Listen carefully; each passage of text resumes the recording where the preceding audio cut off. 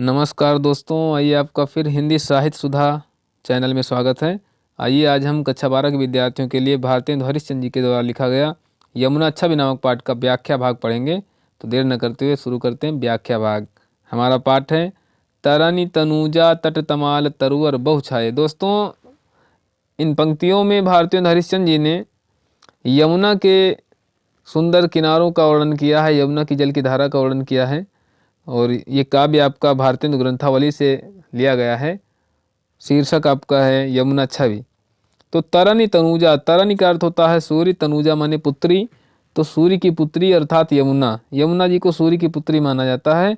इसलिए यमुना नदी के तट माने किनारे पर तमाल तरुवर, तमाल के वृक्ष बहु छाए, बहुत ज़्यादा लगे हुए हैं। अर्थात यमुना नदी के किनारे तमाल के वृक्ष बहुत ज़्यादा सुशोभित हो रहे हैं। इस पंक्ति में तावर्ण की आवृत्ति के कारण दोस्तों अनुप्रास अलंकार है। तो हम आगे पढ़ते हैं। झुके कूल सो जल परसन हित मनोह सुहाए। कूल माने किनारों से, झुके माने झुके हुए हैं, अर्थात जल की धारा की ओर वो झुके हुए हैं। यमुना के तट पर तमाल के बहुत सारे वृक्ष सुशोभित हो रहे हैं, जो जल के किनारे अर्थात नदी की धारा के किनारे जल की ओर झुके हुए हैं। वो ऐसे लग रहे हैं मानो जल परसन हित मनोह सुहाए। मनोह शब्द आने से यहाँ उत्प्रेक्षा अलंकार है। जल परसन का अर्थ होता है जल को स्पर्श करने के लिए। अथवा किंधो मुकुर में लखत उझा की सब निज निज शोभा। किंधो का अर्थ होता है अथवा, यहाँ से संदेह अलंकार शुरू हो जाता है आपका। अथवा मुकुर माने दर्पण में, लखत माने देखते हैं, उझा की माने झांक कर, सब माने सभी, निज निज शोभा अपने अपने सौंदर्य को। कौन देखता है? वृक्ष, तमाल के जो वृक्ष हैं उनके बारे में कवि कहता है। कै प्रणवत जल, कै माने अथवा, प्रणवत माने प्रणाम कर रहे हैं, जल माने जल को, जान परम पावन फल लोभा, जान माने जान करके, परम पावन फल लोभा, पावन फल प्राप्त करने के लोभ से वे जल को प्रणाम कर रहे हैं। मनु आतप वारन, मनु माने मानो, आतप माने ताप को, वारन माने समाप्त करने के लिए। ताप का अर्थ होता है गर्मी को, वारन माने समाप्त करने के लिए। तीर को, तीर को माने नदी के किनारे पर, सिमिट माने आ करके, सिमिट करके, सब छाए रहा तो सभी छाए हुए हैं। अथवा कै हरि सेवा हित न रहे, अथवा जल की सेवा करने के लिए, न रहे का अर्थ है झुके हुए हैं। निरख ही नयन मन सुख लात, अथवा उस जल की सेवा करने के लिए वो झुके हुए हैं जिसे देखकर नेत्रों को और मन को सुख प्राप्त होता है। आइए पूरा अर्थ समझते हैं प्रथम पद्यांश का। तो भारतेंदु हरिश्चंद्र जी कहते हैं कि यमुना नदी के पावन तट पर तमाल के बहुत सारे वृक्ष सुशोभित हो रहे हैं, जो किनारों पर झुके हुए हैं, मानो वह जल को स्पर्श करना चाहते हैं, अथवा जल रूपी दर्पण में झांक कर अपनी अपनी सुंदरता को देखना चाहते हैं, अथवा जल को प्रणाम कर रहे हैं, अथवा पावन फल के लोभ के कारण जल को प्रणाम कर रहे हैं, अथवा ऐसा लगता है मानो अपनी गर्मी को शांत करने के लिए सभी किनारों पर आकर के छाए हुए हैं, अथवा ऐसा लगता है कि वो जल की सेवा करने के लिए झुके हुए हैं, जिन्हें देखकर नेत्रों को, मन को सुख प्राप्त होता है। आइए दूसरे पद की ओर चलते हैं। तीन पै जहि छिन चंद ज्योति राका निशियावत। तीन पै माने उस पर, जहि छिन जिस क्षण, चंद ज्योति चंद्रमा की ज्योति, राका निशि चंद्रमा की रात्रि, आवत माने आती है।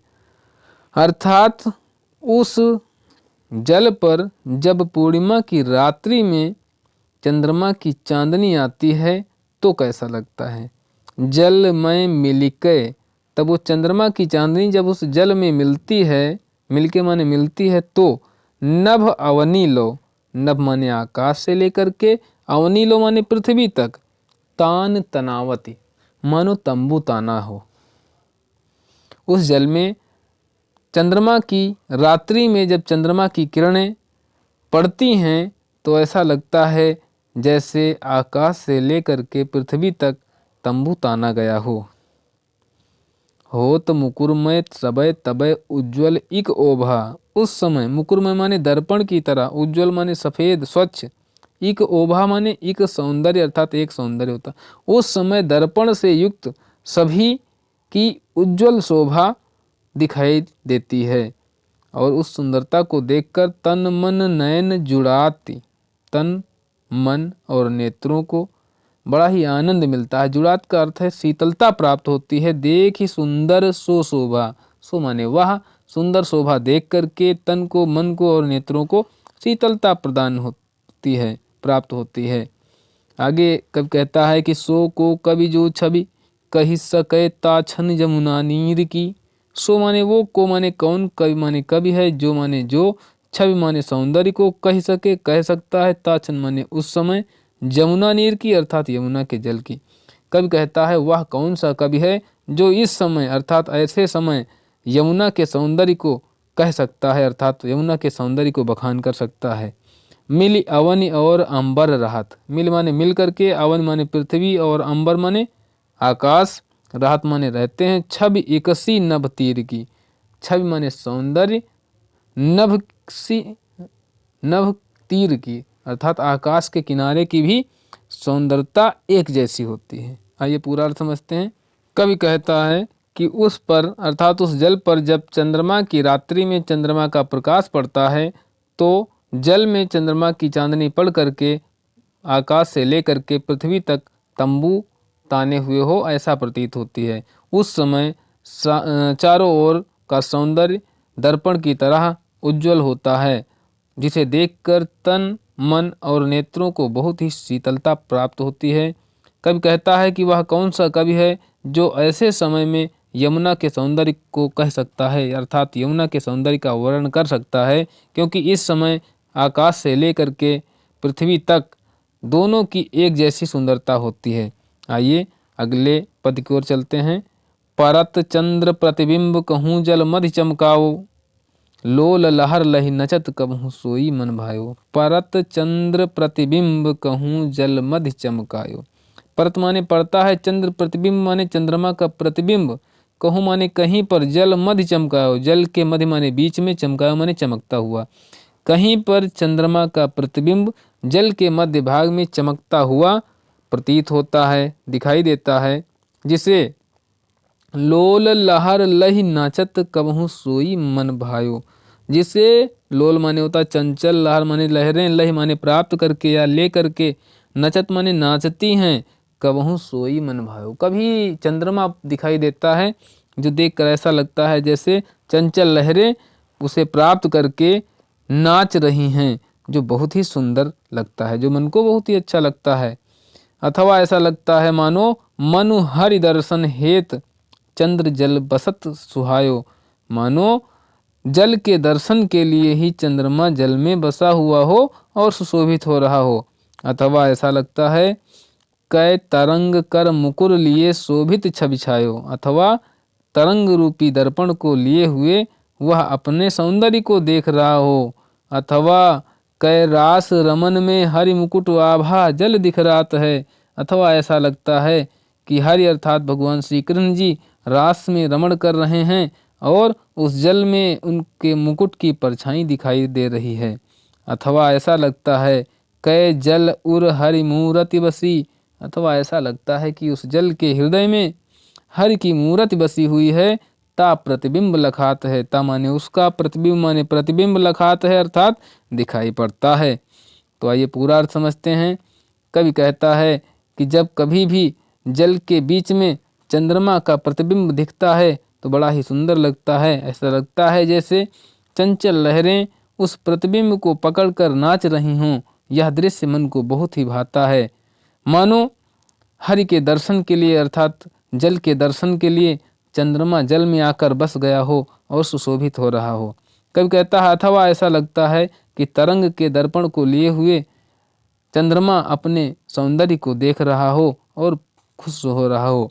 अथवा ऐसा लगता है कि रास के रचने के लिए श्री कृष्ण जी आए हुए हैं, जिनके मुकुट की छवि उस जल में दिखाई दे रही है, जिस मुकुट की आभा जल में दिखाई दे रही है। अथवा ऐसा लगता है कि उस जल में श्री हरि की अर्थात कृष्ण की मूर्ति बसी हुई है, जिसका प्रतिबिंब दिखाई दे रहा है। तो इस पद्य में दोस्तों संदेह अलंकार भी है। आइए अब अगले पद की ओर चलते हैं।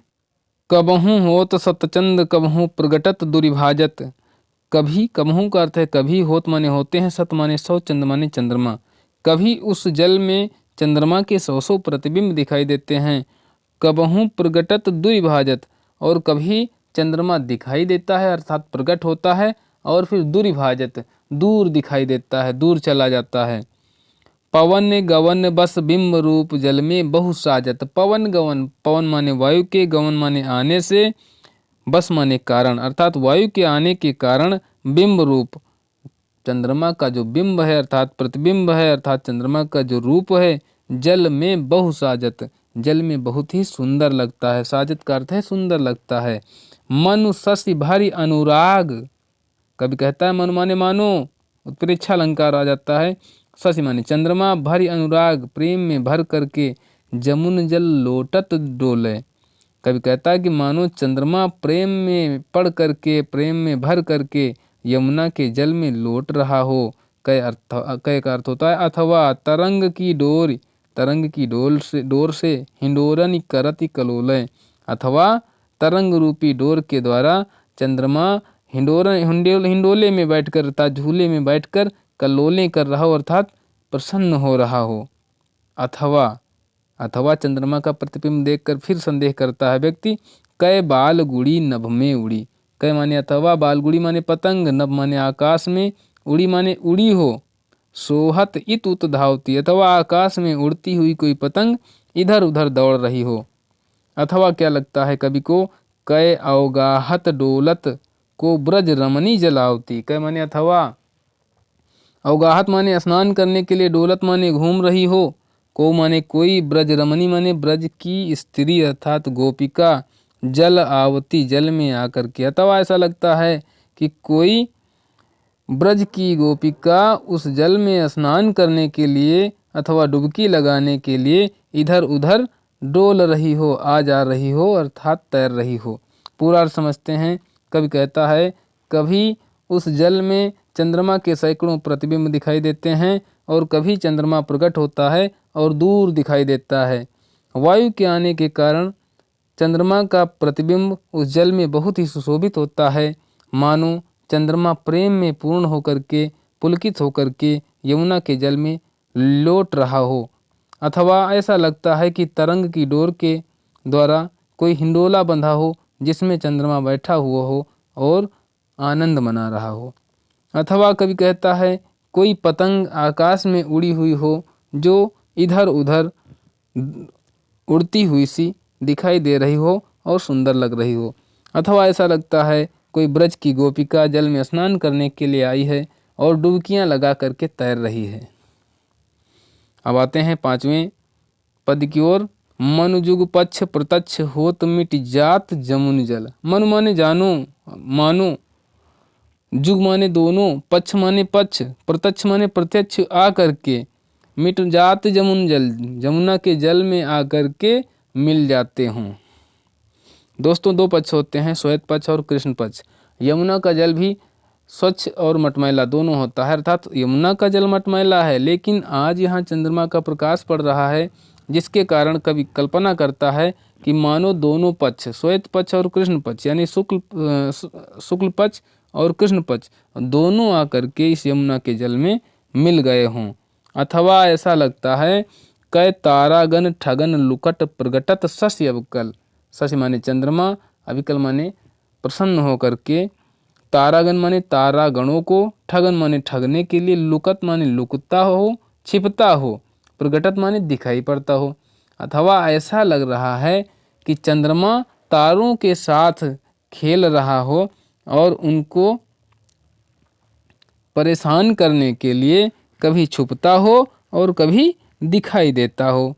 कै माने अथवा, कालिंदी नीर तरंग जितो उपजावत। अथवा ऐसा लगता है कि कालिंदी अर्थात यमुना, नीर माने जल की, तरंग माने तरंगों को, जितो माने जितना, उपजाती है उत्पन्न करती है, अर्थात ऐसा लगता है कि अथवा यमुना अपनी जल तरंगों को जितना ही उत्पन्न करती है, चंद्रमा तितनो ही धरि रूप मिलन हित तासो धावत। चंद्रमा उतने ही रूप धारण करके उन सभी तरंगों से मिलना चाहता है। अथवा ऐसा लगता है कै बहुत रजत चकई चलत, अथवा ऐसा लगता है कि जल में बहुत सारी चांदी की चकई चलती हैं। दोस्तों चकई एक चक्कर घिन्नी की तरह होती है जो बच्चे इधर उधर धागा बांधकर घुमाते रहते हैं हाथों से। अथवा कुम्हार के चाक की भी तुलना की जा सकती है कि उस जल में रजत अर्थात चांदी की बहुत सारी चकई चाक चल रही हैं। अथवा ऐसा लगता है कै फुहार जल उच्छरत, अथवा ऐसा लगता है कि जल की फुहारें उछल रही हैं। अथवा पुनः संदेह अलंकार है कै निशिपति, निष्पत्ति कहते हैं चंद्रमा को, मल्ल माने पहलवान, यह रूपक अलंकार भी है। अथवा ऐसा लगता है जैसे चंद्रमा रूपी पहलवान अनेक विधि अनेक प्रकार से उठ बैठत कसरत करत, उठक बैठक कर रहा हो और कसरत कर रहा हो। पूरा अर्थ समझते हैं। कवि कहता है कि यहाँ पर दोनों पक्ष अर्थात कृष्ण पक्ष और शुक्ल पक्ष यमुना के जल के सामने आकर के प्रत्यक्ष रूप में आकर के यमुना के जल में विलीन हो रहे हों। अथवा ऐसा लगता है कि चंद्रमा तारागणों को ठगने के लिए, परेशान करने के लिए इधर उधर छिपता हो और प्रकट होता हो। अथवा ऐसा लगता है कि यमुना जितनी तरंगों को उत्पन्न करती है, चंद्रमा उतने ही रूप धारण करके उन प्रत्येक तरंगों से मिलना चाहता है। अथवा ऐसा लगता है कि इस जल में चांदी की बहुत सारी चकई चल रही हैं। चकई का अर्थ है चाक अथवा बच्चों का खिलौना। तो बहुत सारी चांदी की चकई चल रही हैं। अथवा ऐसा लगता है कि इस जल में फुहार निकल रही है। अथवा कभी कहता है ऐसा लगता है कि चंद्रमा रूपी पहलवान बैठ करके अनेक प्रकार से उठक बैठक करके कसरत कर रहा हो। आइए अंतिम पद्यांश की ओर चलते हैं। कूजत कहूँ कलहंस कहूँ मज्जत पारावत, कूजत माने कूकते हैं, कहूँ माने कहीं पर, कलहंस माने हंस, कहूँ माने कहीं पर, मज्जत पारावत, मज्जत माने स्नान कर रहे हैं, पारावत माने कबूतर, अर्थात कहीं पर हंस कूक रहे हैं और कहीं पर कबूतर स्नान कर रहे हैं। कहूँ कारंडव उड़त, कहीं कहीं पर पक्षी उड़ रहे हैं। और क्या होता है, कहूँ जल कुक्कुट धावत, कहीं पर जल कुक्कुट अर्थात जल की मुर्गियाँ इधर उधर दौड़ रही हैं। आगे क्या है, चक्रवाक कहूँ बसत, कहूँ बक ध्यान लगावत, कहीं चक्रवाक पक्षी निवास कर रहा है अर्थात चकवा पक्षी निवास कर रहा है, और कहूँ बक ध्यान लगावत, कहीं पर बगुला ध्यान लगा रहा है। सुक पिक जल कहूँ पियत, सुक माने तोता, पिक माने कोयल, जल कहूँ पियत, कहीं जल को पी रहे हैं। कहूँ भ्रमरावली गावत, और कहीं कहीं पर भ्रमर गीतों को गा रहे हैं, कहीं कहीं पर भ्रमर गीतों को गा रहे हैं। कहूँ तट पर नाचत मोर, कहीं नदी के तट पर मोर नाच रहे हैं। बहुरोर विविध पक्षी करत, बहु माने बहुत, रोर माने ध्वनि, विविध पक्षी विभिन्न प्रकार के पक्षी करत माने कर रहे हैं। कहीं तट पर मोर नाच रहे हैं और विभिन्न प्रकार के पक्षी ध्वनि उत्पन्न कर रहे हैं। जनपान नहान कर सुख भरे तट शोभा सब जिय हरत, मानो स्नान और पानी पी करके वहाँ पर जो पक्षी निवास कर रहे हैं उस तट पर शोभा बढ़ा रहे हैं, वो सब हृदय को अपनी ओर आकर्षित कर रहे हैं अर्थात हृदय को खींच रहे हैं। दोस्तों मेरे द्वारा बनाया गया वीडियो आपको कैसा लगा? यदि वीडियो आपको अच्छा लगा तो प्लीज़ मेरे वीडियो को शेयर करें, वीडियो को लाइक करें, चैनल को सब्सक्राइब करें। मिलते हैं नए वीडियो के साथ, तब तक के लिए नमस्कार।